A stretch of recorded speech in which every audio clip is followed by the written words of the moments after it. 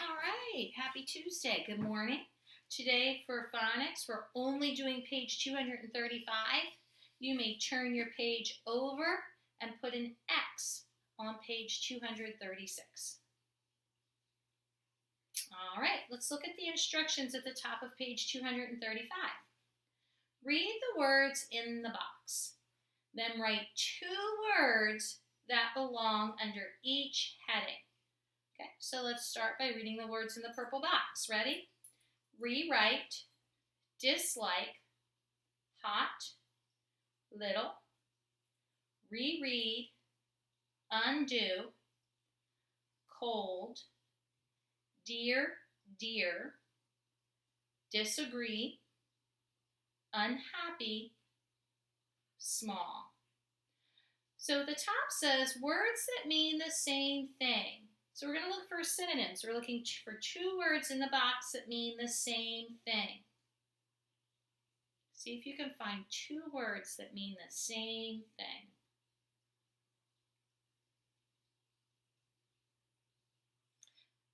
Okay, I hope you found little and small. Little is the 4th word down. Circle little and print it on the line. And small is the last word in the purple box. Circle it and print it on the other line.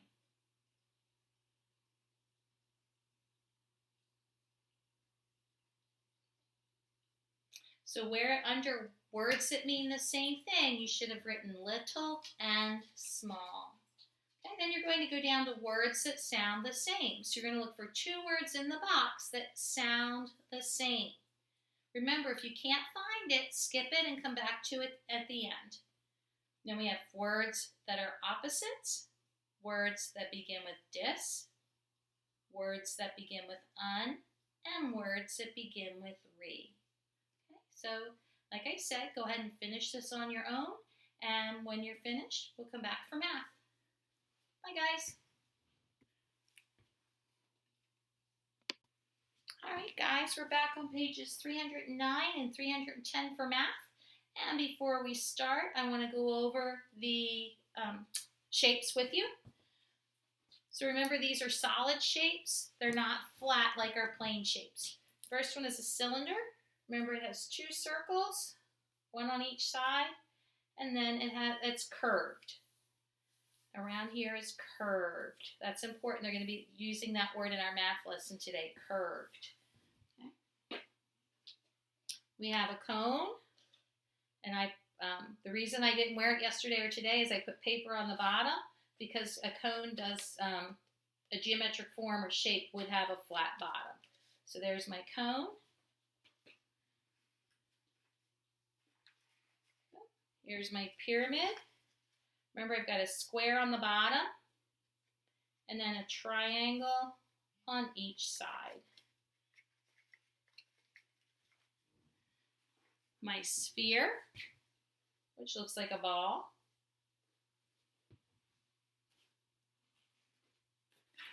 My cube, which I used my dice for. Today, I'm going to use this box. Just like yesterday, we had a tissue box. It wasn't a perfect cube, but it was close. If you look, the top and the bottom are squares. The sides aren't perfect squares, but they're close. Because they're close, we're going to go ahead and use it and pretend that the squares on all the sides are the same. Okay. And let's see, did I miss one? I don't think so. Maybe I didn't do the rectangular prism. And here's a rectangular prism. Remember, it looks like rectangles on all the sides, and it looks like I have squares on the end. Okay? Or it could be another rectangle. But a lot of times, for the what we're doing, we're using it with squares. Okay. Now let's look at our papers. Under Let's Learn, it says some solid figures have faces, vertices, or corners. Remember, a vertex was another name for a corner. Well, if we have more than one vertex, we call it a vertice. Vertices or corners and edges. So I'm going to use my rectangular prism. So just the square you see here, it has one square face. The flat shape on this side, it has another square face. And it has 1, 2, 3, 4 rectangular faces. This flat side is a face. Okay. These are called the edges. So I have an edge here. I have an edge here. It's like the line that I run my finger across where it bends. That's the edge. Okay. And where the edges meet is at the corner or the vertex. And yes, I got them all. Okay. So on the cube, they're showing you the same thing. They're telling you the face is just the flat side with straight edges. The edge is the line here where it bends and the two faces meet. And the vertex is the corner where the edges meet. And next to it, it's showing you a cylinder. It says some solid figures have curved surfaces and flat surfaces. So if you noticed, our rectangular prism had all flat surfaces. But this, I can wrap my hand around it, is not flat. It's curved, so that means it can roll. If I try to roll this, it doesn't work because it's flat. I'd have to really push it hard to make it roll. This rolls very easily because it's curved. And it also has two flat faces. It has a face here and a face here. Now, it does not, some people would think that this would be an edge, the outside ring. You're thinking, well, that's the edge. It goes around it, but it's not. In math, the edges have to meet at a corner, and there are no corners. So it does not have any edges. It just has a curved surface and 1, 2 flat faces. Okay? And we're going to do the whole front together because it's really hard to see where the arrows are pointing for some of the shapes. So we're going to start with the cylinder. And it says, what does the arrow point to? Circle the correct math word. So in number 1, it's pointing to the center. Right here, to the center. Is this a flat surface or a curved surface? This one's flat, and I know it's flat because I can set it up and it'll stay still. If I went like this, it could roll. So that's not flat, it's curved. So on number 1, trace the blue circle for flat surface. All right, number 2 is showing you a cube. And it's pointing to the line here where the faces meet. Is the line where the faces meet? Is that called an edge or a face? And that's an edge. Everyone in number 2, circle edge. Number 3, we have a sphere. The whole thing is curved. So is this a curved surface or a vertex? I don't see any corners, so it must be a curved surface. And number 3, we're going to circle curved surface.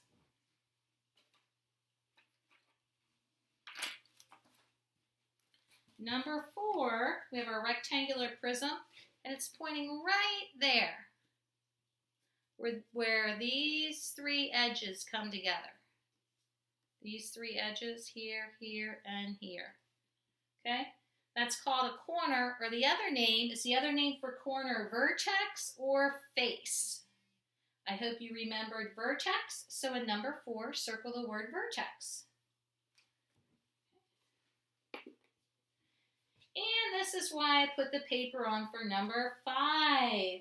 Number 5 is pointing to the bottom of my cone. Is this bottom part flat or curved? It's flat. This part is curved. This part would roll, and it's fun to roll a cone because it goes in a circle. You can try that with yours at home, but this is flat. So number 5, you're going to circle flat surface. And on number 6, we're looking at our pyramid, and it's pointing right to the middle of the pyramid. Okay. Is that a face or a vertex? The flat is the face. Okay. It says, how is the flat surface of a cone, on number 7, how is the flat surface of a cone different from the flat surface of a cube? Well, the flat surface on the cone is a circle. The flat surface on my cube is a square. We just did number 7 together. You can put a check mark on it. And let's turn our papers over and look at number 8 on the back. And the little girl, she's saying, follow each rule. And the directions say, sort the figures. Use blue to color the solid figures that follow each rule. If you would like to use a blue crayon, you can pause the video now and come back when you're ready, or you may choose to use your pencil today. Number 8, curved surface. Right, the sphere has a curved surface, so they colored it. The cube before the sphere, does it have a curved surface? They're all flat. Then we colored the sphere. How about the rectangular prism? Nope, they're all flat too. But our cone and our cylinder, they both have curved surfaces. So right now you need to color the cone and the cylinder. Color them blue or with your pencil.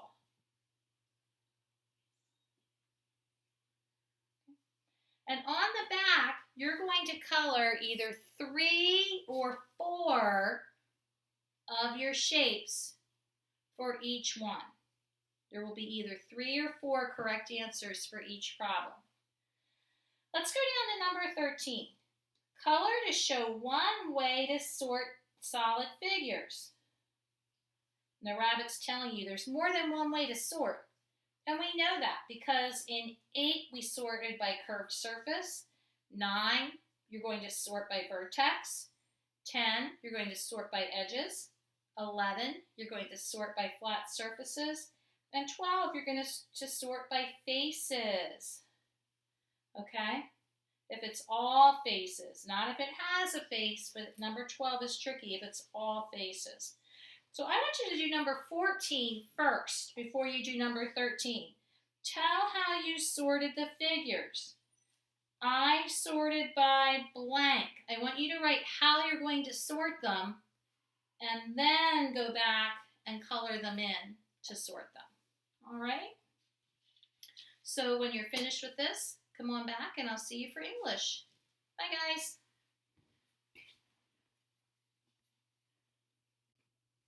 All right, hi, guys. Welcome back for English. We're on page 223. And we're going to go through our review today. As we did yesterday, we're going to do it together. Let's look at letter E. Underline the correct verb in each sentence. Number 1, Mom calls us for dinner or Mom call us for dinner. Remember, when we have one noun, it doesn't get an S. When we have more than one noun, we put an S on the end to show it has more than one. Remember, verbs are the opposite. If one noun is doing it, the verb gets an S. If more than one noun is doing it, the verb does not get an S. So there's one noun, Mom, so that means our verb gets an S. Mom calls us for dinner. So for number 1, you're going to underline calls. Okay. Number 2, Sam and Betsy blank songs. There are 2 people doing it, so your verb does not have an S on the end. Sam and Betsy sing songs. Number 2, you're underlining sing. Number 3, we're talking about has and have. Remember, if there's one person, then we're using has. If it's more than one, we use have. My sister blank new shoes. Should it be my sister has new shoes or my sister have new shoes? Okay, remember it's only one person, so she has new shoes. Number 3, underline has.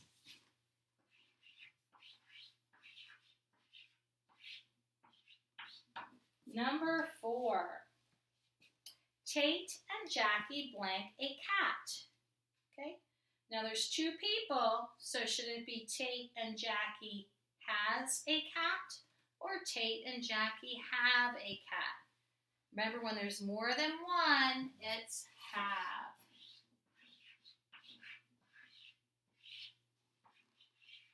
In number 4, underline have.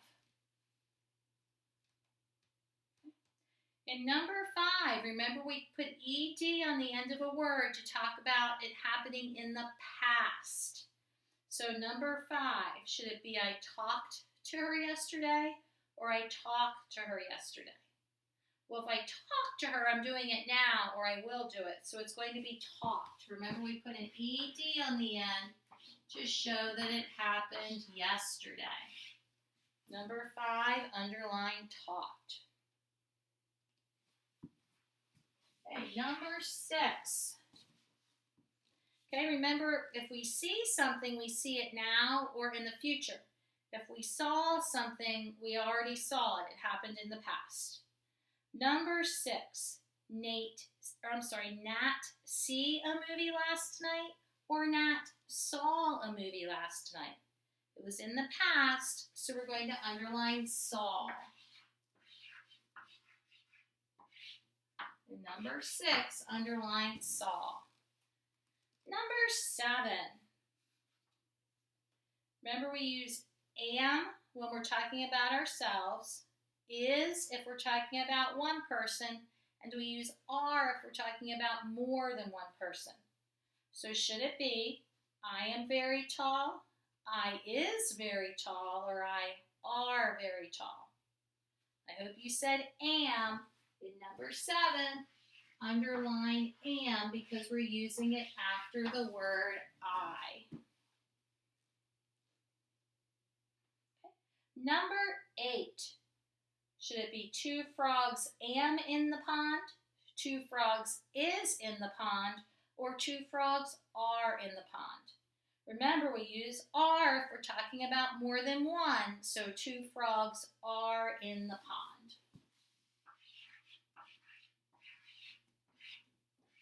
Number 8, underline are.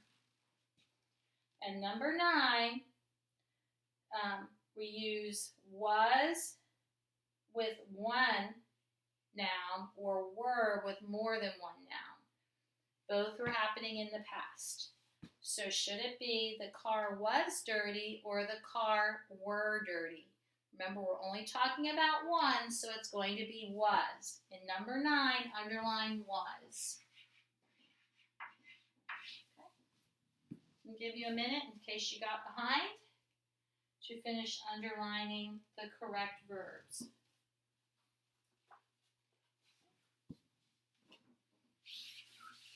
Remember, you can always pause it and come back to it if you need to finish writing something down. All right, we're at the middle of the page, letter F. Underline the correct pronoun in each sentence. Remember, pronouns are words we use instead of nouns. And number 1, we're talking about I and me. So remember, if the pronoun is before the verb, you're using I. If it's after the verb, you're using me. So number 1, should it say Ray and I walked home? Or Ray and me walked home? Remember, our verb is walked. Our pronoun is before the verb, so it's going to be I. Number 1, underline I. Ray and I walked home. Okay. Number 2, Brett is my brother. Brett is a boy's name usually. Can be a girl's name. But a long time ago I heard it more as a girl's name. Now I hear it more as a boy's name. So on our paper we're just going to pretend that Brett is a boy. Oh, it says he's my brother. So he has to be a boy. Brett is my brother. Should it be he is 9 years old or she is 9 years old? We know if it's a boy, he is 9 years old.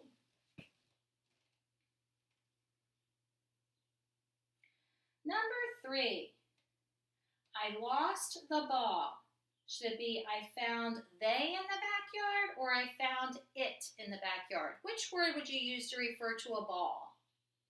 Hoping you said it. Remember, they refers to one or more people. So number 3, you should have underlined it.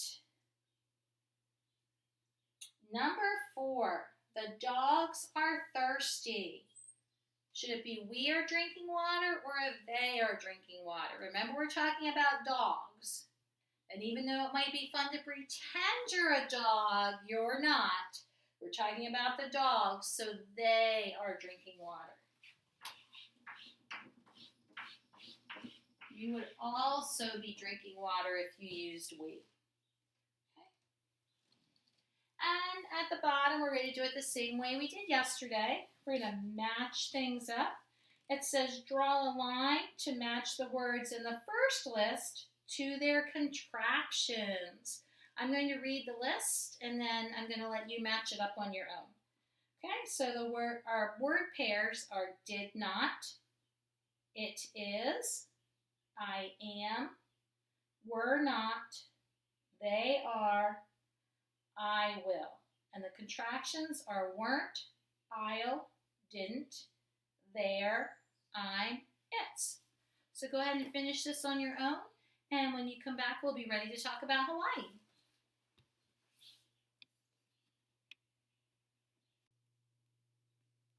Hi guys, we're here to talk about our Hawaii booklet again, and we're looking at pages 21 and 22. And remember yesterday we read about the early Hawaiians, and we talked about how they would catch fish in nets and then keep them in ponds, and that way they would have them to eat. So here's a picture of a Hawaiian man catching fish in the pond.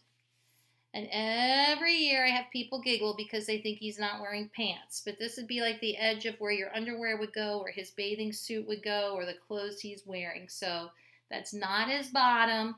That is a picture of him catching fish in the net. Okay. And on page 22, we're going to start talking about life in the village. And at the top of the page, mine's stapled, so let me pull this back here. Read the passage and then answer the question in a complete sentence. It says, this question is, the early Hawaiians lived in huts called hales. What were hales made of?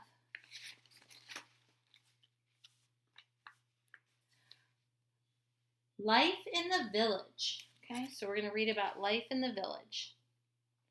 And remember, we're looking to reading and we want to learn what their huts were made of. And we're going to start with this side. Each person in the village had a job to do every day. The men did the farming and fishing. The women made the fishing nets and tapa cloth for clothing. The children learned by watching and helping. Okay, we're at our second paragraph. They lived in huts called hales, made of dry pili grass and leaves. The huts were supported by strong poles inside. The grass was tightly woven, making them safe in high winds. The chief had the biggest hale, and others were built to store food and canoes.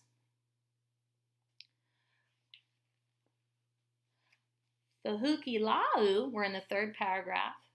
Pahukilau is an old Hawaiian way of using a large net to surround lots of fish. And we saw that in our previous picture. Many villagers helped to pull in the nets. They shared the work and then shared the fish. Some of the fish were put in man-made fish ponds to grow larger. And there's our picture again. So it says, what were halei's made of? Remember, use the words from your question in your answer. Halei's were made of, and tell me what they were made of. Remember, your sentence needs to begin with an uppercase letter and end with a period. And then you can come on back for freckle juice. All right, guys, you should have the paper called Andrew's Decisions. Yours is typed, mine is printed, but they have the same things written on them. So if you're looking at it and you're thinking, that doesn't look like my paper, it doesn't. But remember our Freckle Juice books, they had different covers and some of them had different pictures. It was still the same words. Well, these are still the same words. Okay, so at the top of the paper it says Andrew's Decisions. And you may write on your paper if you printed it out, or you may just write on a plain piece of paper what Andrew did and what you would do for each situation. So number 1 says Andrew had to decide whether or not to buy Sharon's recipe. And so here you're going to tell me, what did Andrew do? Are you going to tell me Andrew decided to buy Sharon's recipe, or Andrew decided not to buy Sharon's recipe? And then you have to write, what would you do? I would buy Sharon's recipe because, or I would not buy Sharon's recipe because. Tell me what you would do. Okay, and you're going to do that for each situation. You're going to tell me what Andrew did and what you would do. Okay, number 2 says, Andrew had to decide whether or not to drink the freckle juice. You're going to write what Andrew did and what you would do. Number 3, Andrew had to decide whether or not to tell his mom about the juice. You're going to tell me what Andrew did and what you would do. And remember, tell me why you made that choice. Number 4, Andrew had to think of a way to cover up the fact that Sharon had outsmarted him. You're going to tell me here what Andrew did and over here what you would do. And remember to tell me why for each of the things that you would do. Okay? And remember, it's helpful to use the words in your question or in this case, in the situation, to help you to write your complete sentence. Remember, your sentences begin with an uppercase letter and with a period. I hope you have fun with this. Bye, guys. Enjoy the rest of your day.